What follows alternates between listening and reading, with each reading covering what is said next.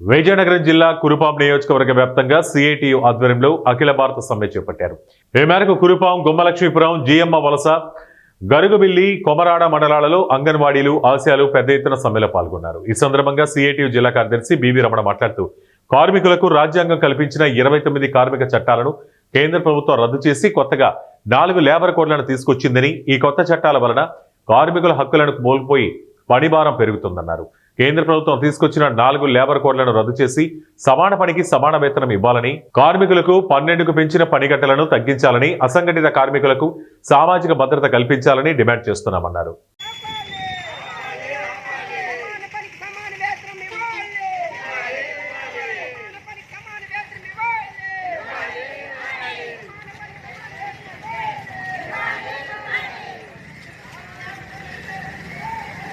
దేశవ్యాప్త కార్మిక సమ్మె జరుగుతోంది. అందులో భాగంగా గుమ్మలక్ష్మీపురం మండల కేంద్రంలో కూడా అంగన్వాడీలు, ఆశాలు, బీఓఏలు, గ్రీన్ అంబాసిడర్లు, అలాగే సిహెచ్డబ్ల్యూస్, అలాగే ఇతర రంగ కార్మికులందరూ కూడా పార్టిసిపేట్ చేస్తున్నారు. ఈ సమ్మె ప్రధానంగా కేంద్ర ప్రభుత్వం తీసుకొస్తున్నటువంటి లేబర్ కోడ్లకు వ్యతిరేకంగా జరుగుతోంది. ఇంతవరకు దేశంలో 29 కార్మిక చట్టాలు రాజ్యాంగం బద్ధంగా అమలు జరుగుతున్నాయి.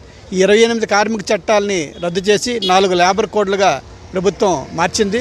ఇది కార్మిక వర్గానికి, ఉద్యోగులకు తీవ్ర నష్టం చేసుకొస్తుందని సిఐటిగా మేము భావిస్తున్నాం. ముఖ్యంగా 8 గంటల పనిదినం ఇంతవరకు చట్టబద్ధంగా ఉంది. 8 గంటల పనిదినాన్ని 12 గంటలకు పెంచాలని చెప్పేసి లేబర్ కోడ్లో ప్రతిపాదించారు. అలాగే